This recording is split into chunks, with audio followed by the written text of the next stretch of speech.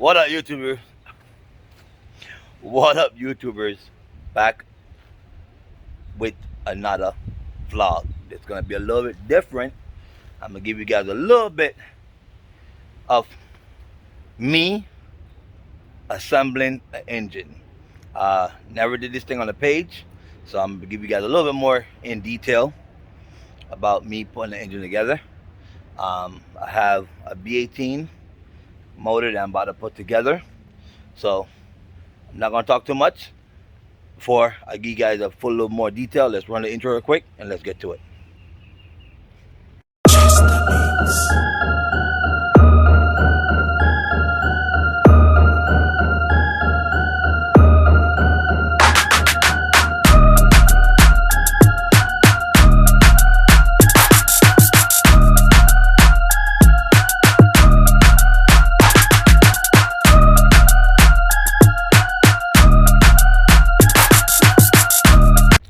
Alright, so it is a LS block with we're gonna put a VTEC head, which I think is a B16 head. We're gonna be putting pistons, rods, bearings, thrust washers, ARP head studs, cosmetic head gasket. I think that's about it. The car was on boost already. The guy had a bone stock LS VTEC. He actually caught a rod knock, so we're gonna actually give him a bored out block now with piston rods with the same head, and we're gonna see what power we can make. And I'm gonna take you guys along with me on that journey. I'm gonna show you guys every step by step of the progress. So with that said, like, subscribe. Let's get to it, guys. Alright, guys, here got a block. As you can see, b18b1. I had to cut that last time because its turbo is AC friendly and everything, so you got to do that, cut the block to make the turbo fit, that way you keep AC. As you can see, the block already got bored. I don't know if you guys can see that, but the block already got bored, bore hone and deck. So now my job is to make this thing look brand new again. You guys can see how dirty it is. I'm gonna clean it, and I'm gonna show you guys after I finish cleaning it. As you guys can see, this thing is very filthy. I'll show you guys the back. Now you guys can see, it is very, very nasty. So yeah, let me get ready to clean this thing, and I'll show you guys after I'm done. Alright, guys, got the block all cleaned up. Let's see if we can catch this thing. It's clean, well clean, well clean. Some of the walls all cleaned up. Take all the shavings off, everything looking good. You can remove here how black it was. Got all that stuff clean the best as I could. Here got the back of it, and now you can see this. Okay, look at the cylinder wall looking brand new. Yeah. So let me flip it over real quick. Here you go the inside. You can see it's super clean. Yep. Now it's time to install a crank. I got brand new bearings I'm gonna put in, install a crank. I will put you guys on time lapse, but I'm not trying to draw it out. I'm just gonna actually just pick the camera up as I go along. That way I can tell you guys what's the progress, okay? But as you can see, the block is well clean, spotless, ready to get a crank installed. So let me install the bearing, check my clearance real quick, and my clearance is good. Then I can put the crank in and show you guys that once I get my clearance what I want. Alright, guys, here go the rod bearing, main bearing, and the thrust washer. So we're gonna start with the rod bearing real quick, check the clearance, put the crank in, and see how it goes. Alright, guys, got all the bearings in, as you can see. Got the main bearings in. Got all of them in, looking good. So now let me throw the crank in, torque it down, and spin it and show you guys. Alright, guys, as you can see, I got the crank in now. I did put oil on them already in the journals. As you can see, they're looking nice and clean, shiny. Now, time to put in the thrust washer. And you know the thrust washer, guys, it goes over here to stop the crank from moving side to side. That's a little key education. I'm teaching you guys a little bit as much as I can. Like I said, without these, your crank will not stay steady.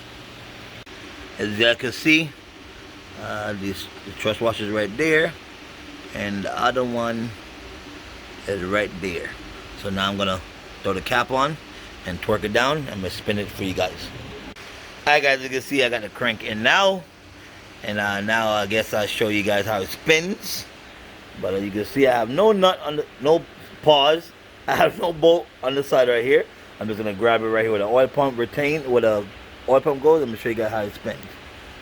See that? Effortless, guys. Effortless. Look at that. Let me back up a little, show you guys a little bit. Watch my finger. Watch my finger, guys. That's my finger. See that? That's what you call a proper clearance.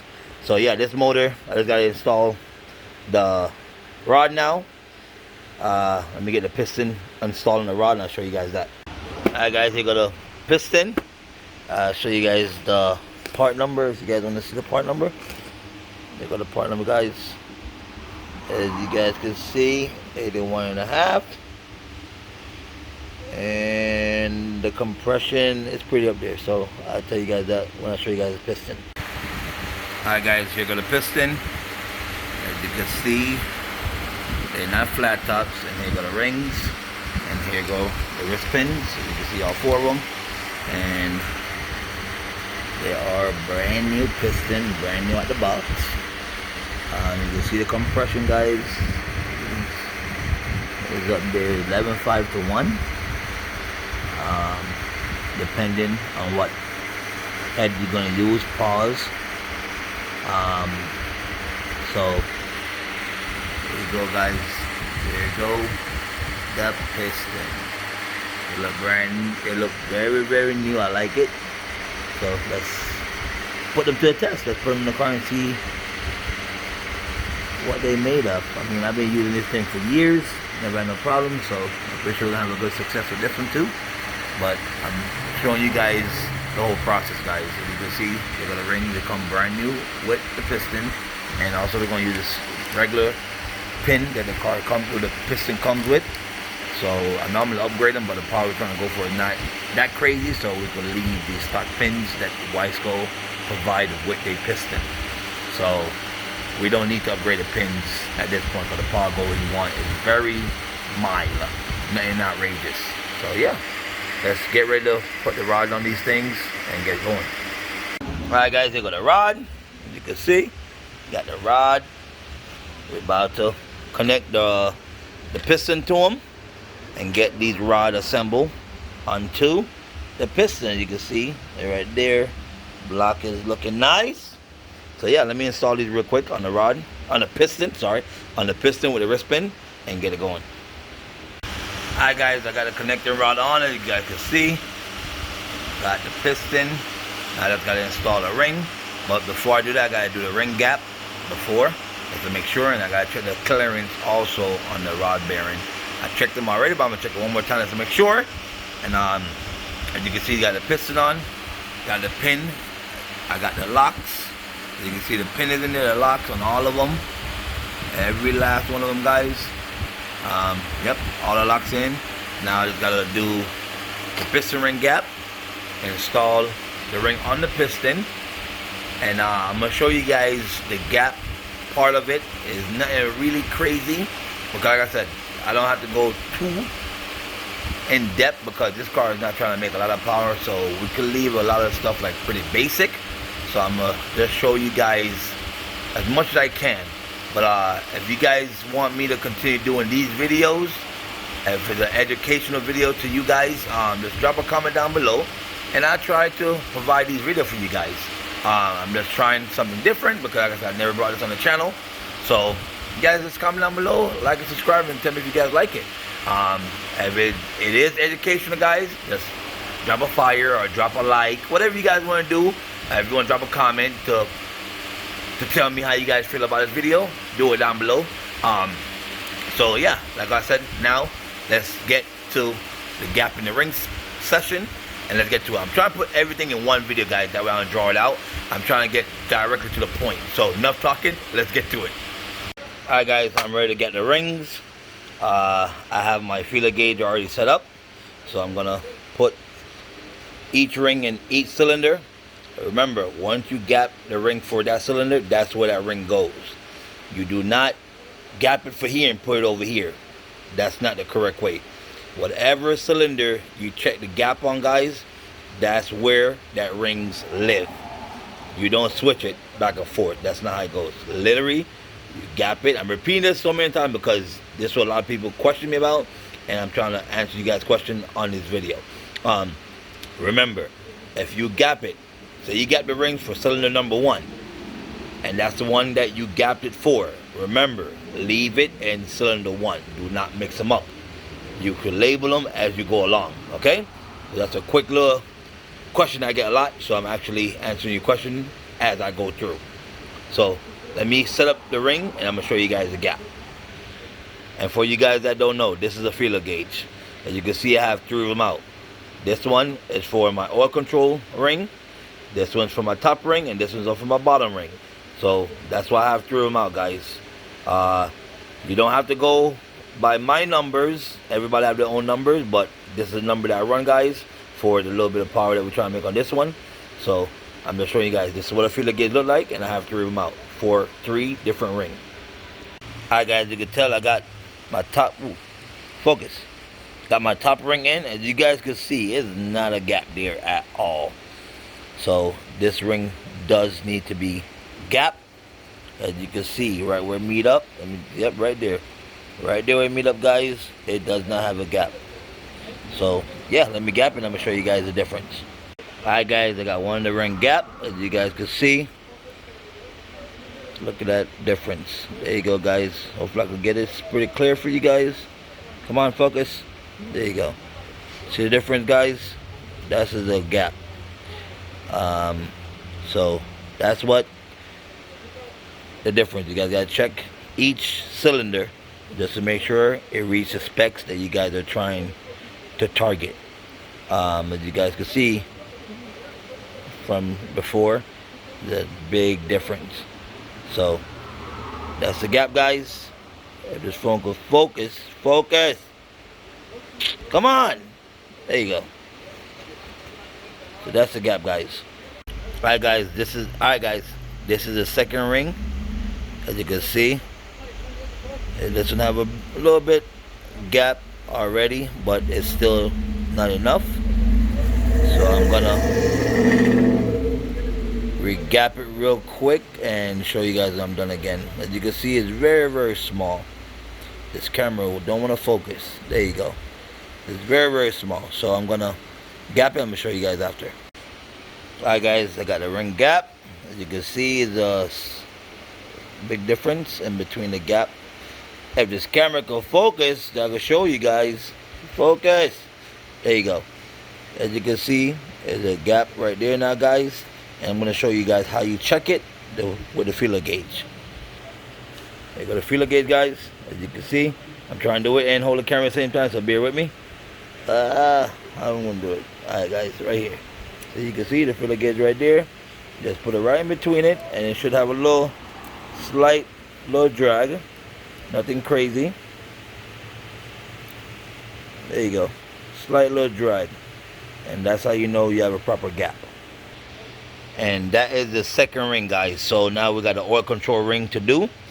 Those don't really have to get gapped, but always check them just to make sure they have at least the minimum that's required. So like I said, everybody have their own clearance, their own gap. You guys, I'm not going to give you guys a number because everybody have their own specs. You could go and find your specs or whatever you want to do, the OEM specs that you guys want to use, which is perfectly fine. But I'm just showing you guys how to do it, whatever specs you guys are going to use. This same theory works for whatever clearance, whatever specs you guys are going to use. So I'm just showing you guys how to do it and actually with the proper tools. Alright, here you go, guys. This is the oil control ring. Like what I said, I checked the gap already. It's actually a little bit bigger than what I wanted, so which that's perfectly fine. But it's good to check it just to make sure it's in the tolerance that you guys need. So yeah, I got the other rest of the cylinder door. I'm not gonna draw you guys out with that. I'll show you guys on one cylinder, and once I pick the camera back up, I'll be having all 4 pistons in and get this whole motor assembled. Alright guys, so I'm gonna show you guys how to properly put, because you know the top ring and the bottom ring, they go a specific order in a specific way. I'm gonna try detail that as much as I can that we guys can understand. As you guys can tell, this is the oil control ring. I have 3 of them. This is just the piece that goes first. This goes first. You can see you got little ridges on it. This goes first on the bottom slot with a ring on the bottom of the end of the piston. So you slide this over, very nice and gentle. You spin it, you make sure it lines up. Okay, there you go. That lines up. Now you grab your outer ring, which is a small little thin one. This is the oil control ring also. So you're gonna grab that, and you also is gonna go to the same place where you just put this rigid one. And you're gonna put it right at the bottom of it. Right at the bottom. Very nice and easy. That's it. That one is on. So now you get, remember like I said, it's 3 of these rings for the oil control. You gotta spin it and make sure it's on there properly. See? Nice and easy, smooth. And you're gonna grab the other ring. There's one more small one. That one goes right above the one that you just put on the bottom. So you're gonna put that one on the top, and you're gonna slide around and line it up. There you go. Perfect. Alright. So now, this is where it gets critical. Now you gotta put the second ring from the top. This ring, which they both say, I don't know if you can see on that video that I just had, they both say N50. I don't know if you guys, let me see, I don't think you guys can see it, but it say N50. That part goes to the top of the piston, facing upwards like this. And if you guys can see, you have a transfer bevel right here at the bottom of the ring. That is to take the oil off the cylinder walls and bring it down. That way it can go on top of the piston. So if you have it backwards, you will run into problems. So that's why I'm trying to show you guys this crucial information that you guys try and do this thing at home. But as I said, it does have a weight. The N50 face to the top of the piston. So I'm going to bring the piston and show you guys. They go to the top of the piston. The N50 face upwards, going on top. So I'm going to put this on real quick. I'm going to show you guys. Okay, got it on. As you guys can see. And you guys can see that N50, which is literally right here on the top. It face to the top of the piston. As you can see, I got that. So I got one more left. Which this one is crucial, but it's not that crucial. Yeah, it is crucial. Sorry, it is crucial. Like I said, this one only go one way also. Where it say N50 again, face to the top. The reason why I mark them, because you gotta go a specific way, guys. You gotta pay attention. If you have these backwards, you will be having compression problem or smoking problem. So if you guys trying to do it at home, I'm just trying to educate you guys a little bit more. So this, like I said, the N50 goes to the top, just like the second ring. So we're gonna put this one on. I'm gonna show you guys real quick. Let's get it. Okay, very easy. Very, very easy, guys. Very, very easy. That's it. Very, very, like I said, the N50 face up to the top. Every piston have probably different numbers or whatever, but majority company, if they have a label that normally face to the top. I deal with Hondas, that's what I know Hondas normally go by, and I'm just giving you guys that little information. That way, if you guys don't think to do it at home, you guys can do it.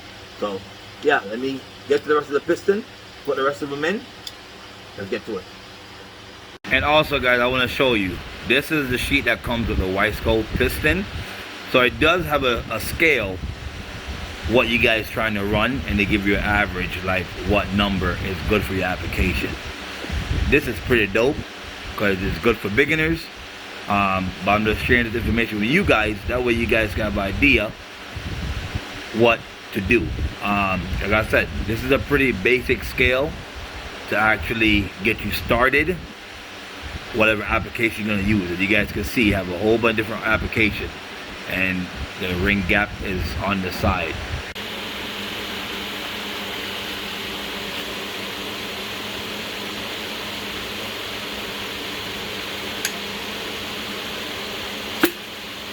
Just like that.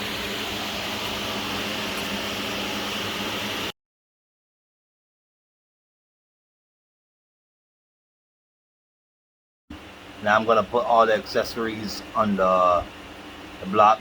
I got a brand new ACL oil pump, brand new rim and seal. You know, it doesn't make any sense to put all these old parts back on this motor when you're trying to make it last as long as it could last. So with that said, got the pistons in like I showed you guys. I'm gonna do a quick little, I guess, little music in the background with the piston moving and stuff. Show you guys what's the deal before I put the oil pump and the rim and seal on. So let's get to it.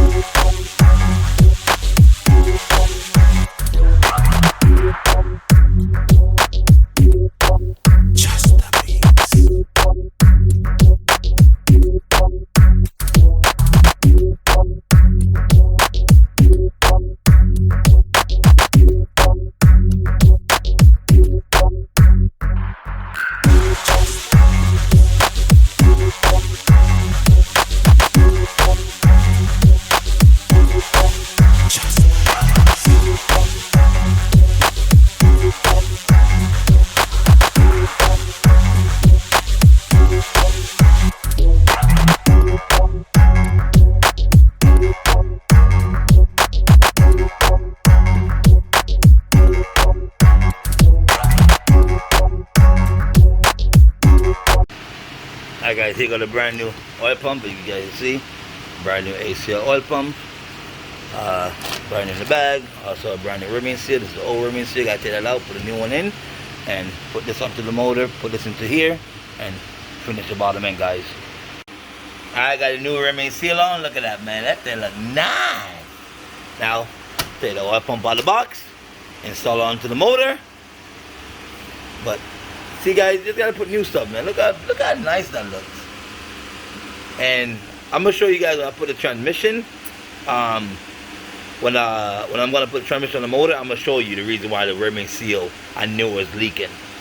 It's oil all inside the belt housing transmission. So it's always good, guys, to change these things because it's a pain in the butt when you put the engine together and it start leaking and you gotta take the whole thing apart just for this. So it's cheap. Just put a new seal, have a peace of mind. Yeah, man. So let's put this thing on the motor. Alright guys, you can see I got the oil pump on now. I got the rim and seal. Let's see, I can show you. Look at that. Brand new. Got the rim and seal. Got the brand new oil pump on also. The brand new ACL. Alright, so now I'm gonna check the stretch on the rod bolts just to make sure they're in good health. They're brand new, but you know, you still have to check them, guys. So to use this tool, you literally have to do each one of them one by one. You cannot set one bolt and check the other one. You have to calibrate it every time you change the bolt. Every bolt is a different length, so you just have to do that. So I'm gonna put it here, like you see right now, guys. I got this zeroed out. See, zeroed out a little bit more. I gotta move it a little bit back. But zero it out and put it in there, torque it down to the specs, and then you check it after. So as you guys can see, it is zero. So I'm gonna put it in there, tighten it down, and see what's the stretch. And I do have a stretch sheet. That way you could go by each bolt. These are ARP 2000. They get torque, I think 43 pounds or 46 pounds, and it's supposed to be in between 3,000 to 5.5 stretch. So I'm gonna check it real quick, and I'm gonna show you guys that little bit of information. Alright, as you can see, this is the sheet. They have also all size bolts. You look for the bolts that you want, that you have, and you go over and it tell you the torque specs and everything, and then it tells you what the stretch should be. So according to what bolt you have, guys, every stretch is different. So this is a little bit of a little more in depth of putting a motor together to make sure everything is torqued properly and stretched properly. Alright guys, as you can see, I torqued on this one. So I remember I zeroed out that one, so we're gonna put it on here, and I'm gonna show you guys the number. As you guys could see, hold on, let me try to find the center. Pretty hard to do it with a phone.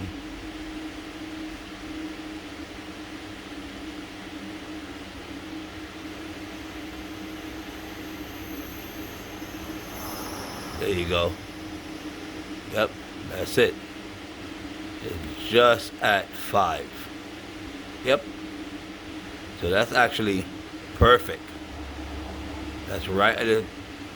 Yep. Right there, yep. So that's perfect. That bolt is in good condition. Alright guys, you can see, got the gasket on now. Got the windows tray on, got the oil pickup. Everything is torqued down. So yeah, time to throw the oil pan on and seal this thing up, and the bottom end will be done. Then we move on to the cylinder head. Alright guys, I'm gonna end this video, this vlog right here. It's already been too long. I got the cylinder head pause video coming up right after this, and also after that video I have the Smurfville Sundays coming up too. So guys, I'm dropping a lot of content to you guys. Don't forget to like, subscribe, hit the notification bell. That way you guys get a notification when I upload. So yeah, man, like, subscribe, guys. Peace.